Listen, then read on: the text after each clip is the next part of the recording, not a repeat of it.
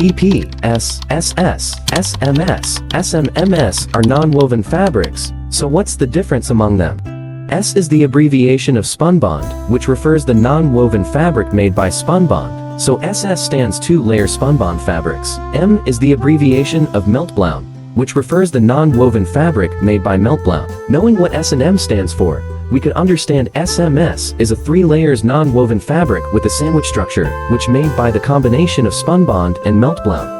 SMS combinates the characteristics of good strength of Spunbond and good barrier property of Meltblown fabric, which is used to medical hygiene.